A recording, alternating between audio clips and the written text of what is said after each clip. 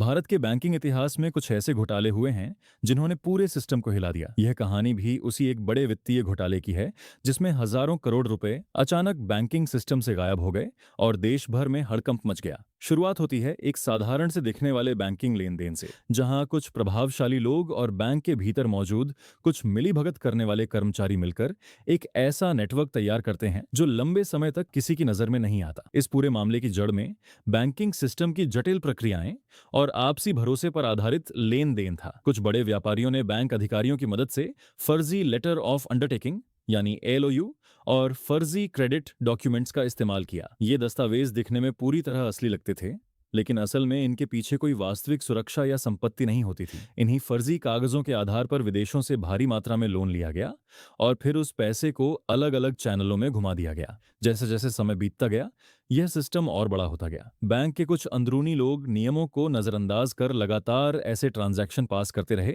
जिनकी सही जांच होनी चाहिए थी। धीरे धीरे यह रकम सैकड़ों करोड़ से बढ़कर हजारों करोड़ तक पहुंच गई। सबसे चौंकाने वाली बात यह थी कि यह सब लंबे समय तक बैंकिंग सिस्टम की नजरों से बचा रहा। जब यह मामला सामने आया तो जांच एजेंसियां सक्रिय हुईं और पूरे नेटवर्क की परतें खुलने लगीं। पता चला कि इस घोटाले में सिर्फ एक या दो लोग नहीं, बल्कि एक पूरा नेटवर्क शामिल था जिसमें बैंक कर्मचारी, कुछ कारोबारी और विदेशी बैंकिंग चैनल भी जुड़े हुए थे। पैसा एक जगह नहीं रुका, बल्कि उसे कई देशों में घुमाकर उसकी ट्रेल को छुपाने की कोशिश की गई। इस पूरे घोटाले ने देश की बैंकिंग व्यवस्था पर गंभीर सवाल खड़े कर दिए। कैसे इतने बड़े स्तर पर फर्जी दस्तावेजों के आधार पर लेन देन होता रहा और किसी को भनक तक नहीं लगी? यह सवाल हर जांच एजेंसी और वित्तीय विशेषज्ञ के सामने खड़ा हो गया। धीरे धीरे जांच में यह भी सामने आया कि सिस्टम में निगरानी की कमजोरियों का फायदा उठाकर यह पूरा खेल खेला गया। इस घटना ने भारत के बैंकिंग सेक्टर में सुधार की जरूरत को उजागर किया। डिजिटल मॉनिटरिंग, सख्त ऑडिट सिस्टम और रियल टाइम ट्रैकिंग जैसे कदमों की मांग बढ़ गई। इस घोटाले के बाद